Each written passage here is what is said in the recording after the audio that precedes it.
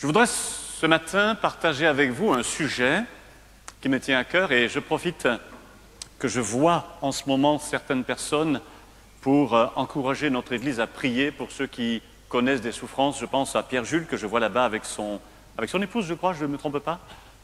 Non, ce n'est pas son épouse, je me trompais, c'est un petit peu la même couleur de cheveux. Donc j'ai failli recomposer un couple, c'est un problème. Donc nous voulons prier pour Pierre-Jules qui est là, il suit un parcours de soins, mais ça fait très très plaisir de le voir ce matin. Et s'il y a d'autres personnes qui sont malades et éprouvées physiquement, dites-le. Nous prions pour cela le mardi soir et nous voulons vous soutenir dans vos difficultés de santé. En tout cas, nous prions vraiment pour notamment Pierre-Jules auquel je pense en ce moment même. Pensons aussi au petit Marc qui est toujours en traitement. Ne l'oublions pas dans nos prières. Voilà, pendant le temps de la prédication, je supplie les parents de faire le maximum pour que les bébés soient silencieux. Vous enlevez les piles derrière. Voilà, autant que possible. Hein. Faites le maximum, tenez-vous à côté des portes, de sorte que vous puissiez vous isoler s'il y a besoin. Voilà, nous puissions nous concentrer sur le sujet. Voilà, nous allons donc ce matin réfléchir sur la transmission du message de Dieu, la transmission du message biblique. La Bible nous révèle, c'est-à-dire nous transmet un message. Et ce message, c'est le message essentiel dont l'humanité a fondamentalement besoin. Et c'est à travers les années, à travers les siècles, que le message biblique s'est gravé sur la terre jusqu'à un moment d'apogée où les hommes, les femmes, qui ont grandi dans leur foi au travers de l'expérience de l'Ancien Testament, sont arrivés à ce stade dans l'histoire où, à travers une personne particulière, ce message, cette transmission biblique, cette révélation de Dieu, et là j'emploie des mots forts, parce que c'est fort, cette révélation est arrivée à son apogée. Et l'apogée de la révélation de Dieu, c'est une personne. Et cette personne, vous savez qui c'est? C'est la personne de Jésus. Jésus n'est pas un maître. Jésus n'était pas juste quelqu'un de meilleur que les autres. Il est la parole de Dieu. Il est comme Dieu lui-même. Car la différence entre le Père et le Fils est gommée par la parole de Dieu. Ils sont unis ensemble. Et lorsque Jésus vient au milieu de nous, et nous avons le récit de cela à travers la parole de Dieu, nous découvrons que Jésus est et porte en lui le cœur et l'absolu du message que Dieu lui-même veut nous transmettre à nous. Il n'est pas seulement le transmetteur, il en est celui qui le vit, il est celui qui le porte, il est celui qui l'exprime, il est celui qui le prouve. Et il vient faire la démonstration, et j'ai envie de dire, il est le prototype de la perfection de Dieu se retrouvant dans un être de chair. Et nous sommes des êtres de chair, nous démontrant par là même qu'un être de chair, nous-mêmes, peut porter en lui la perfection du message de Dieu, de la révélation divine. Ça nous semble hors d'atteinte. Mais en réalité, pour lui, ça n'est pas hors d'atteinte en ce qui nous concerne.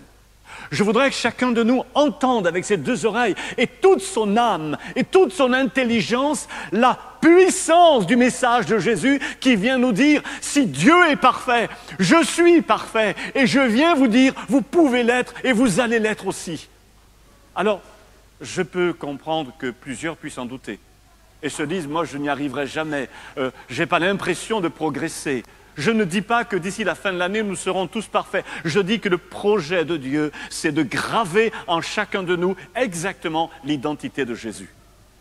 Est-ce que nous sommes d'accord avec cela? Quelle belle aventure pour chacun de nous que de mettre le pied sur cette destination. C'est une expérience personnelle, intime, profonde, qui nous remettra en question quotidiennement.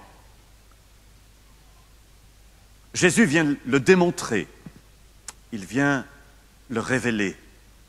Et il le dit dans ce texte où il dit ceci, on le lit ensemble, « Je leur ai donné la gloire que tu m'as donnée. » Qu'est-ce que veut dire la gloire? Je ne sais pas, qu'est-ce que vous pouvez imaginer à travers le mot gloire. Certains, dans le mot gloire, vont imaginer la Shekinah, la nuée qui descend sur le peuple hébreu traversant le désert. Mais en fait, la gloire utilisée dans ce contexte-là, c'est tout simplement ce qui est particulièrement, exactement divin. La gloire, ce n'est rien d'autre que si je tendais ma main jusqu'à travers les cieux et que j'attrapais quelque chose dans le ciel, je prendrais quelque chose dans le ciel, je le ramènerais sur la terre et j'aurais dans mes mains quelque chose qui est de la gloire. C'est quoi la gloire? C'est juste tout ce qui se passe dans le ciel. C'est juste les valeurs du ciel. C'est juste l'éternité. C'est juste l'amour dans sa perfection. Ça, c'est la gloire. Et Jésus dit ceci, je leur ai donné à eux, l'Église d'Orléans, la gloire que toi tu m'as donnée. Jésus porte la gloire de Dieu. Lorsque vous touchez Jésus, vous touchez Dieu, vous touchez la gloire de Dieu. Et Jésus dit, cette gloire qui est sur moi, qui est sur ma vie, qui est dans mes pensées, dans mon cœur, dans mes raisonnements, cette gloire, moi je la prends et je vous la donne à vous. Cette gloire, elle est pour toi. Ce caractère de Dieu, il est pour toi. Cette perfection divine, elle est pour toi et pour moi. C'est le projet, c'est la vision, c'est l'enjeu. Jésus transmet, une fois qu'il est sur la terre, il transmet ce message du royaume de Dieu au monde. Il transmet à ses disciples tout ce qu'il a reçu du Père. Vous vous rappelez de ce texte où Jésus dit « Celui qui m'a vu,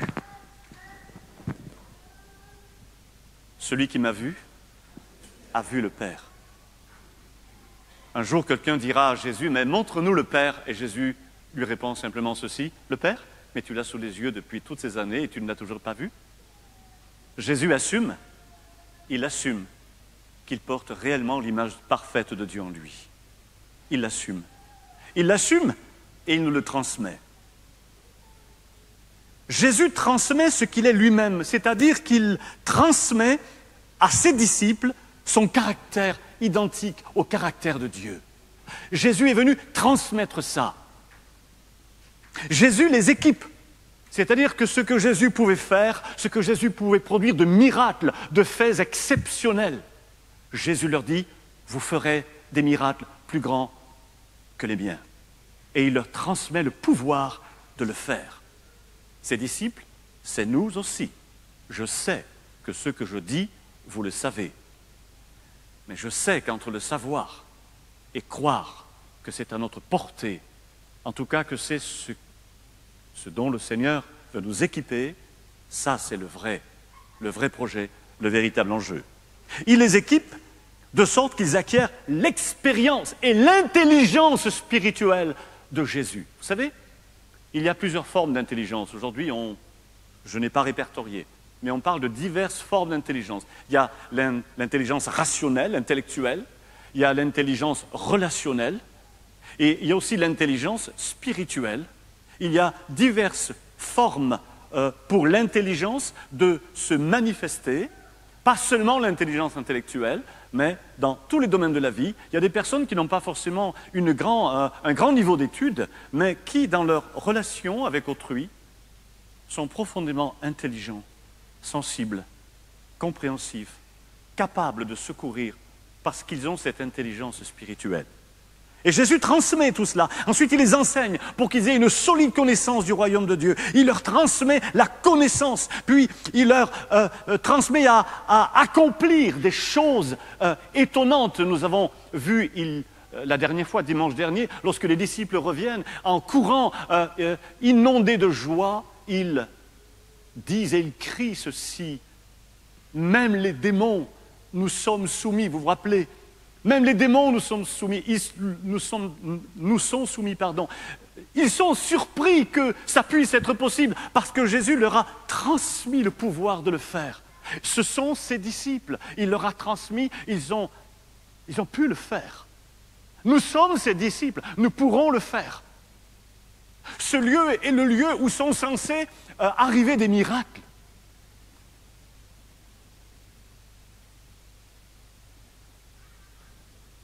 Ce lieu est le lieu où sont censés arriver des miracles. Parce que si les miracles n'arrivent pas dans l'Église, où vont-ils arriver? Dans l'Église ou hors de l'Église, mais dans le cadre de l'Église.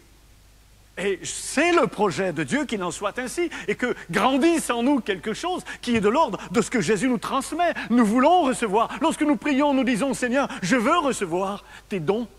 La Bible dit que les dons nous sont transmis par le Saint-Esprit, et le Saint-Esprit décide de quels dons il donne à qui. Il y a des dons, il y a notamment des dons pour accomplir des miracles, il y a des dons pour avoir la foi, il y a des dons pour d'autres choses. Mais c'est à nous, ça nous appartient, et il ne serait absolument pas normal que dans une église, nous n'ayons pas des dons, parce que ça fait partie du programme de Dieu pour nous, et ça fait partie des choses à développer. Amen. Jésus l'exprime à travers ces versets que nous lisons dans l'Évangile de Jean, chapitre 16 et verset 15. Vous êtes avec moi sur ce verset de Jean 16, 15. Tout ce que le Père a.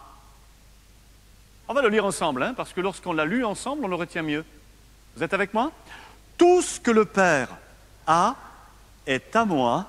C'est pourquoi j'ai dit, il prend de ce qui est à moi et il vous l'annoncera. Il parle là du Saint-Esprit. Jésus dit à travers l'Esprit, tout ce que le Père m'a donné, qui est à moi, l'Esprit le prend et il vous le donne à vous.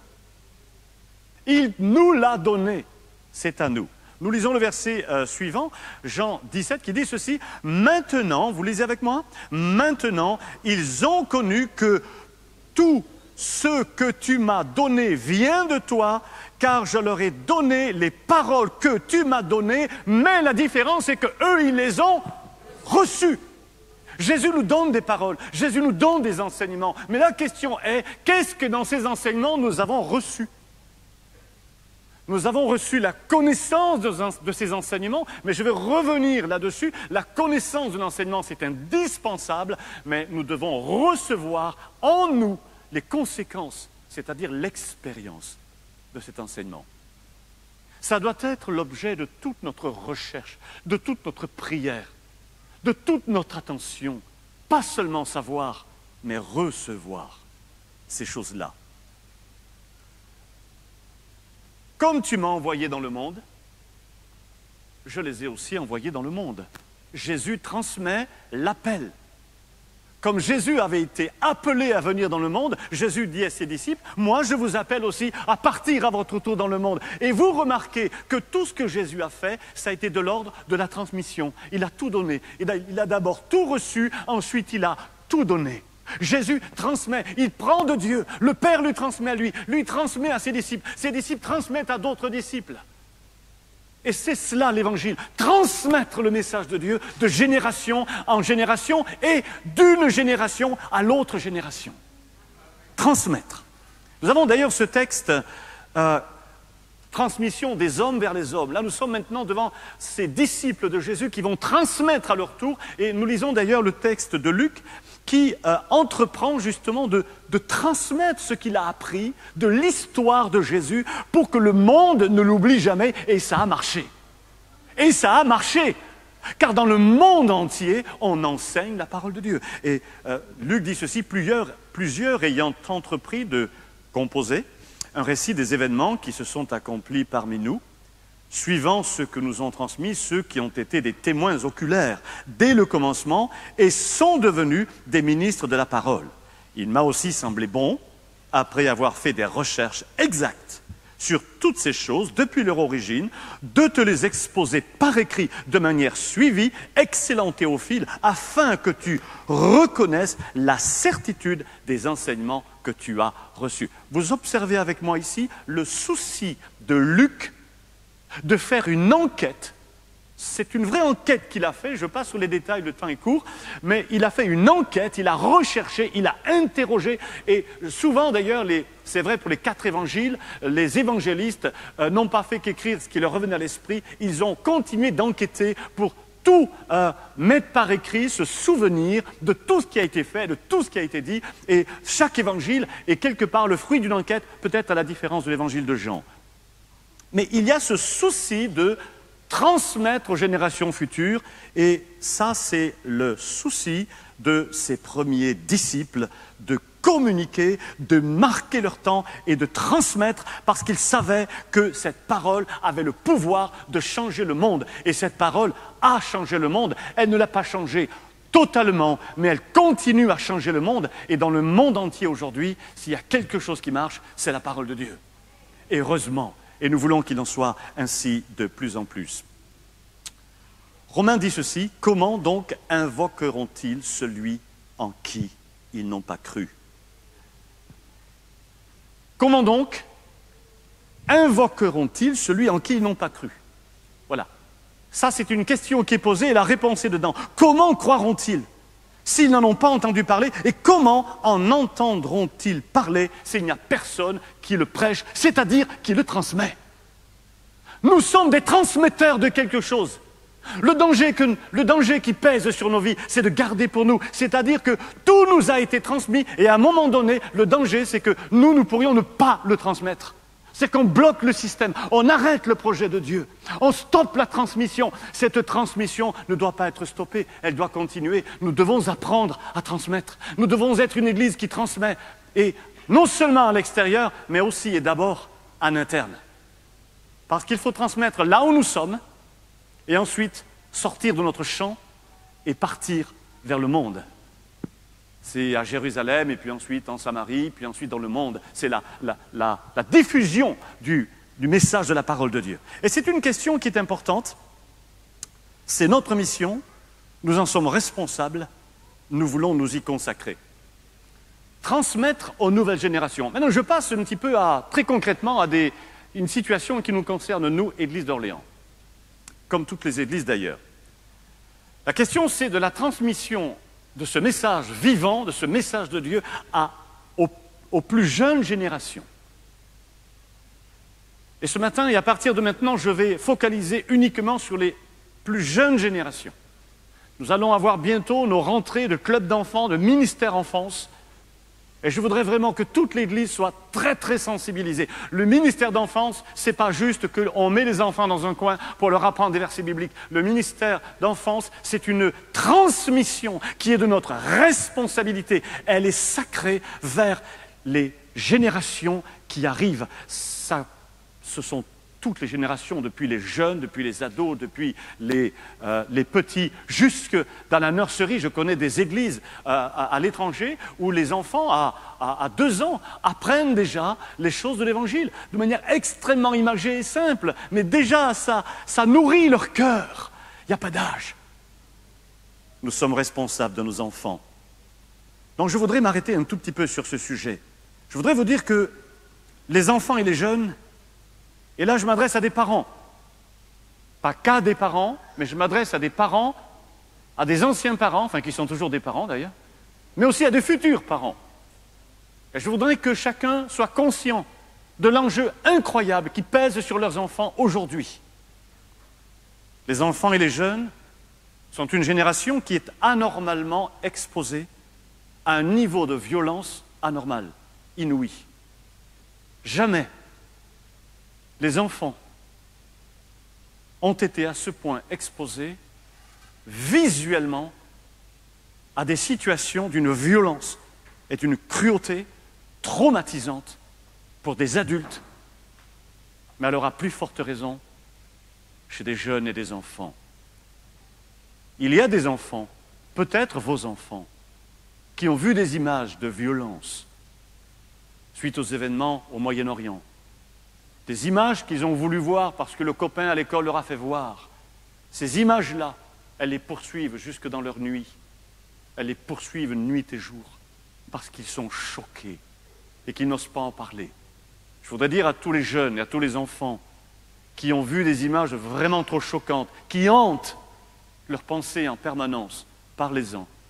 Ne les gardez pas pour vous, parlez-en. Trouvez quelqu'un de confiance. Racontez-lui ce que vous avez vu. Dites-lui pourquoi ça vous a choqué, heurté. Dites-lui comment ça vous reste, comment ça vous traumatise. Dites-le parce que si vous ne le dites pas juste, ça va s'installer comme quelque chose de durable en vous et ce n'est pas une bonne chose. Il faut toujours se dégager des traumatismes et les transmettre pour que les transmettre dans... Là, on n'est pas dans la transmission de l'Évangile, hein. On est dans le fait de dire ce qu'il y a dans notre cœur. Je le dis parce que souvent, les enfants n'osent pas en parler précisément aux parents. Alors, vous parents, nous parents, soyons pas naïfs avec ce que nos enfants voient. Ils voient plus de choses que vous ne le pensez, ils savent plus de choses que vous ne le pensez, et il se passe bien des choses qu'ils ne vous raconteront jamais, peut-être un jour quand ils auront déjà une quarantaine d'années.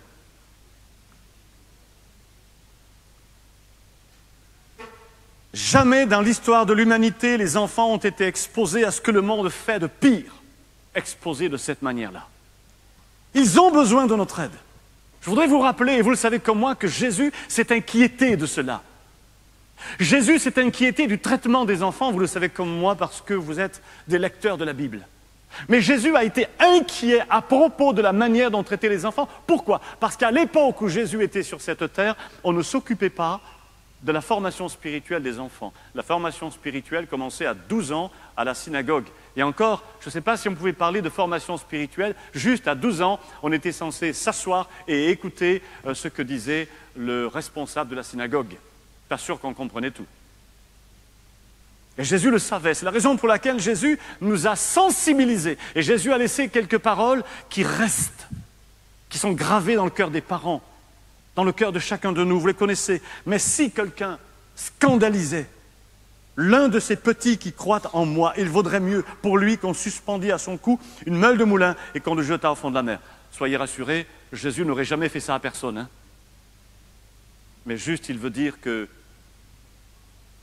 choquer et scandaliser un enfant, c'est un acte qui a des conséquences potentiellement pour une vie. On le verra tout à l'heure. Donc Jésus tente de valoriser l'âme de l'enfant et de nous montrer que l'âme d'un enfant, c'est l'âme du monde. Car un enfant multiplié par des milliards d'enfants, c'est le monde. Et l'âme d'un enfant, selon qu'elle est traumatisée, blessée ou ignorante, ou selon qu'elle est instruite et garnie de valeurs précieuses, le monde n'est plus le même. Alors, il y a cet autre verset, vous connaissez, il y en a plusieurs, on ne va pas tous les lire. Gardez-vous de mépriser un seul de ces petits. Laissez-moi vous dire quelque chose. Si nous ne nous occupions pas suffisamment de nos enfants, ce serait une forme de mépris. Là, je ne le dis pas au niveau familial. Je suis convaincu que vous vous occupez bien de vos enfants. Je le dis sur le plan de l'Église. Si nous ne nous occupions pas bien de nos enfants, ce serait une forme du mépris de l'âme de l'enfant. L'enfant n'est pas juste un enfant. L'enfant est une âme vivante. L'enfant est une conscience. L'enfant est une intelligence. L'enfant est une éponge. L'enfant est une opportunité incroyable.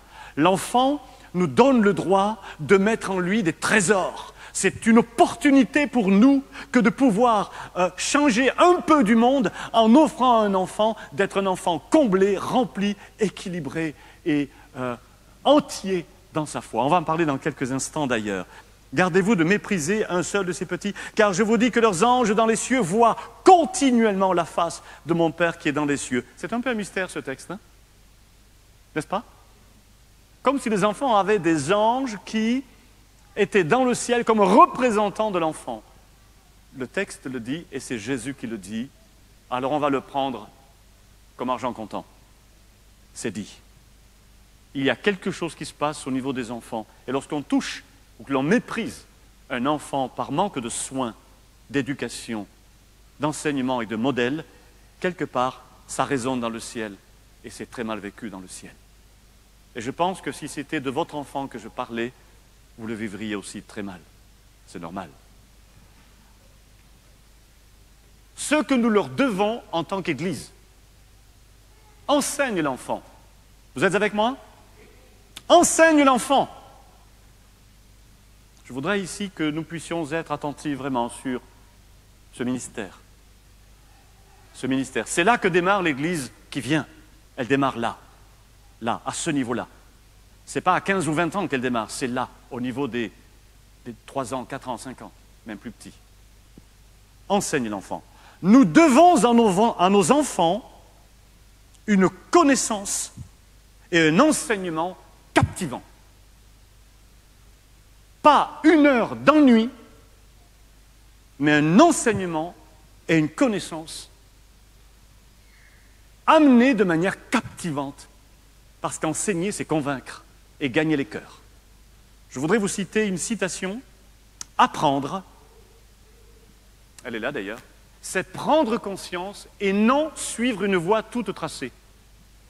Si on enseigne un enfant, c'est lui dire tu dois faire comme ça, tu dois faire comme ça, et tu ne dois pas faire autrement, c'est comme ça qu'il faut faire, fais comme on te dit et tout ira bien, tu fais comme ça, tu fais comme nous.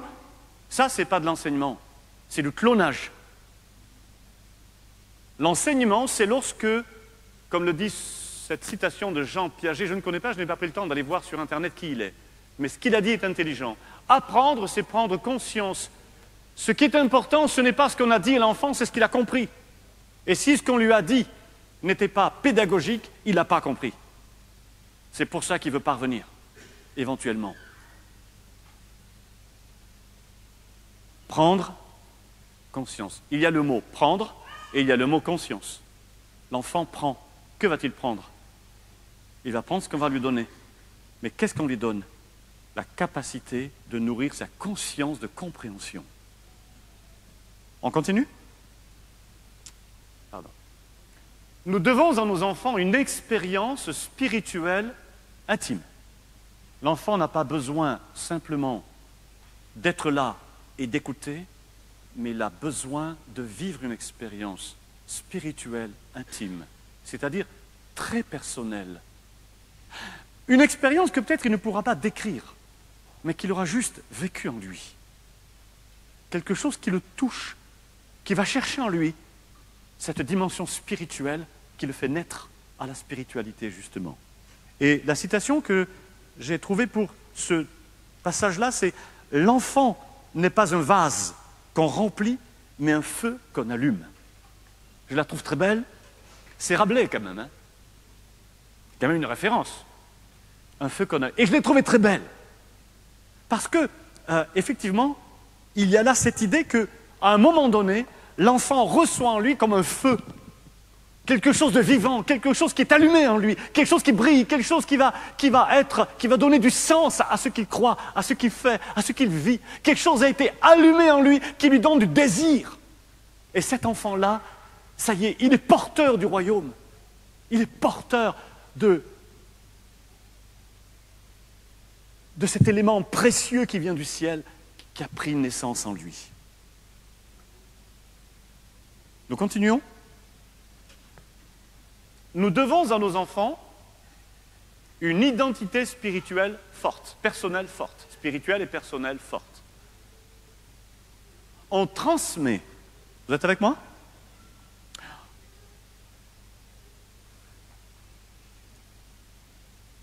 On transmet à un enfant ce que l'on est, jamais ce que l'on croit qu'il faut être. Alors ça, c'est une grande leçon. C'est une très grande leçon. On peut dire à un enfant tout ce qu'on veut. S'il ne voit pas dans notre vie, l'expression de ce qu'on dit, tout ce que l'on dit est vain. L'enfant ne s'imprègne que de ce qu'il voit et de ce qu'il ressent, pas de ce qu'il entend. Parce que ce qu'il entend, c'est les flots de paroles. Il y en a partout. Mais ce qu'il ressent, c'est ce qui le touche. Je le dis pour les parents, pour nous tous, mais je le dis aussi pour les enseignants, des ados, des enfants, peut-être même des jeunes d'ailleurs, probablement même.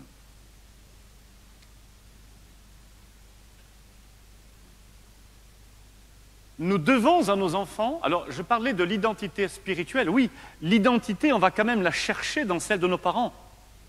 Notre identité, on ne se la crée pas tout seul, on ne se la fabrique pas sur mesure. Elle va se dessiner à travers ce que le parent apporte. Encore une fois, pas dans les mots seulement. Quoique, attention, je ne suis pas en train de dire qu'il n'est même pas la peine de parler, il suffit d'être. Il faut aussi parler. Mais il y a une parole qui éduque, il y a une parole qui vise juste, il y a une parole au bon moment, il y a une parole que l'enfant reçoit.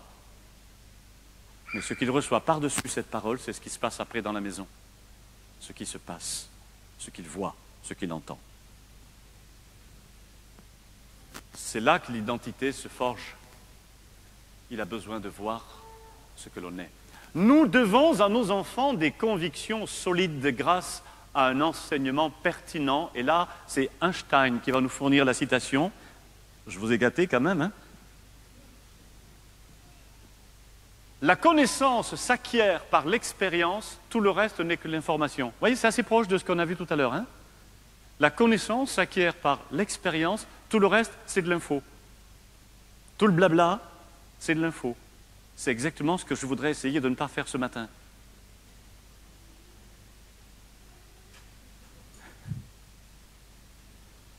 Effectivement, vous n'avez pas besoin de blabla, moi non plus, mais nous avons besoin d'éléments qui répondent réellement à des situations de notre vie et de nos responsabilités. Nous parlons de nos enfants. Nous voulons pour nos enfants ce qu'il y a de meilleur. Mais ce qu'il y a de meilleur, ce n'est pas de l'argent, ce n'est pas que du confort, ce n'est pas que des soins hygiéniques ou de l'éducation. Ça en fait partie. Mais ce qu'il y a de meilleur, c'est l'éducation. Et dans l'éducation, cette acquisition de la conscience du Créateur et de son message. Nous avançons encore un petit peu. On atteint le, non pas le fond, mais le but. Hein.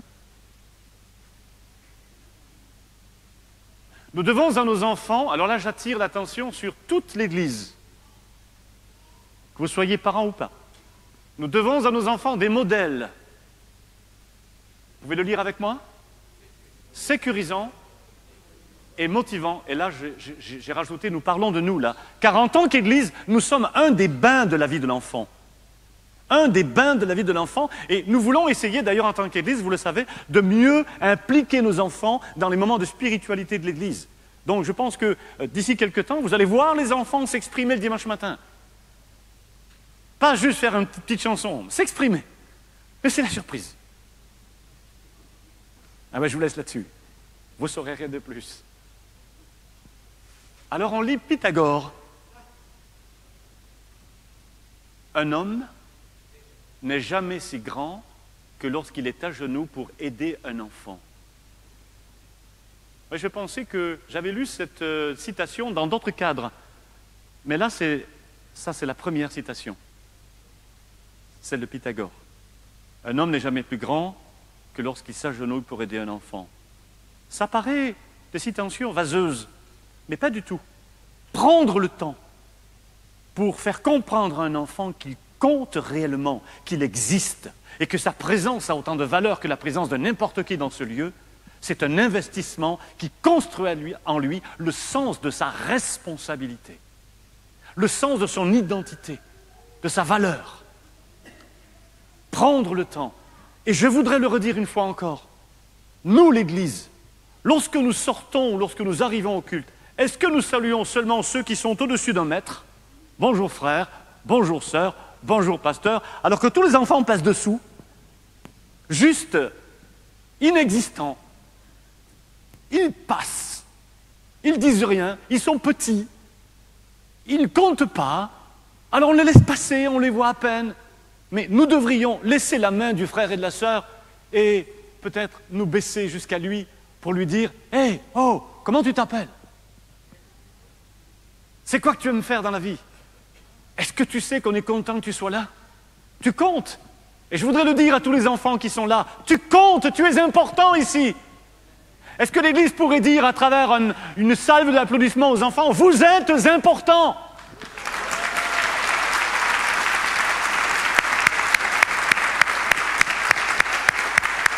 Bien sûr que vous êtes importants. Vous êtes importants parce que lorsque nous serons vieux, c'est vous qui allez faire notre job et payer nos retraites. Bon, ça c'est un aspect. Ça c'est l'aspect purement économique. Hein. C'était pas le bon. Hein. Bon. Mais ce qui est vrai, c'est que l'Église qui verra grandir les enfants de nos enfants, c'est celle que ces enfants vont faire. C'est eux les responsables des enfants de nos enfants. Et ils doivent apprendre dès aujourd'hui cette dimension formidable de vivre en tant qu'Église. Et je vais terminer par celle-ci. Nous devons à nos enfants des équipes pédagogiques et pastorales bien formées. Je crois vraiment que la formation est importante. Nous essaierons d'améliorer la formation des moniteurs et des monitrices. Je voudrais que ce matin, alors que je termine, je dis cela pour que vous repreniez espoir et que certains ouvrent les yeux. Je voudrais ce matin les permettre au Saint-Esprit d'aller chercher des hommes et des femmes, même des jeunes, des hommes et des femmes qui n'ont jamais fait ça peut-être de leur vie, mais qui sont appelés à venir se mettre à genoux au pied d'un enfant. C'est une image, hein, pour l'enseigner. Je crois qu'il y a dans cette Église une équipe pédagogique, passionnante, bien formée, parce qu'elle va être formée, qui va se lever. Je crois que le Seigneur a déjà prévu, il a déjà appelé dans le cœur. Et je sais que ce matin, le Seigneur a touché quelqu'un, plusieurs. Et puis d'autres qui le font déjà, qui accomplissent déjà ce ministère avec joie. Et ils sont tellement joyeux de le faire qu'ils recommencent à le faire cette année. Ils vont le faire. Et nous avons besoin pas seulement de dames, mais d'hommes aussi. Je voudrais dire que les papas sont aussi des formateurs pour les enfants. Je voudrais dire que la formation à l'école du dimanche ou de club d'enfants, ce n'est pas une affaire de dames. C'est une affaire d'hommes et de dames. Messieurs, vous êtes concernés. Messieurs, vous êtes concernés. Mesdames, pouvez-vous le leur confirmer?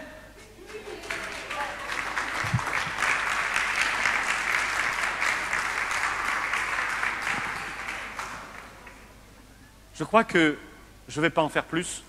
Chacun a compris que nous avons besoin que se lèvent les hommes et les femmes qui, dans leur cœur, ont entendu cet appel à venir s'occuper des enfants. Occupez-vous des enfants. Le jour où vous savez vous occuper d'un enfant, vous savez aussi vous occuper d'un adulte. Parce que l'enfant, c'est un adulte en plus grand. Tellement c'est innocent et prêt à tout recevoir. Tellement c'est précieux. Je voudrais terminer, vous dire ceci. Le dimanche 18 septembre, retenez bien la date, le dimanche 18 septembre, qu'est-ce qui va se passer? C'est le premier dimanche de ministère Enfance sur la rentrée 2016. Ce dimanche-là, nous aurons le ministère Enfance dans les halls, à côté. Je voudrais vous dire ceci. J'invite chacun de vous qui vous posez la question, qui avez été sensibilisé, qui êtes conscient que ne pas s'occuper des enfants, c'est un mépris. Qui êtes conscient, parce que ça vous touche personnellement, que peut-être c'est votre place. Je vous invite à venir assister au ministère Enfance, au culte d'enfants. Ça ne vous engage pas. Ça ne vous engage pas. Ce n'est pas grave s'il nous manque la moitié du public ici. Ce n'est pas grave. Je voudrais simplement que vous alliez voir, que vous alliez expérimenter, que vous vous laissiez le temps d'être impacté par l'importance de ce ministère. Je vous invite ce jour-là, donc le 18 septembre, je vous invite à vous y rendre. Vous assiérez sur les côtés, vous regarderez l'équipe faire, vous assisterez à cela, et cela vous permettra peut-être de vous positionner, oui c'est ma place, ou non, je ne le sens pas. Mais surtout, donnez-vous au moins une chance d'aller y faire un tour. Vous voulez bien? Vous voulez bien faire le test? Alors, pas tous, hein? Parce que nous, ici, on va s'ennuyer un petit peu, hein? Mais ça serait bien que tous ceux qui ont su ça dans leur cœur puissent y aller. Je voudrais donc terminer. Vous êtes sensibilisés à ce service. Nous vous invitons à venir vivre, découvrir le déroulement d'un culte d'enfants sans engagement. Et je voudrais quand même laisser aux parents un petit message. C'est dans le regard de ses parents que l'on apprend à s'aimer. Papa, maman, vous êtes les plus importants de tous. Les équipes pédagogiques vont faire le maximum, mais vous, parents, vous êtes les plus importants. Papa, maman, on ne prend pas vos enfants pour les éduquer à votre place, papa et maman, on vient vous aider à les éduquer, mais c'est vous le responsable de l'éducation.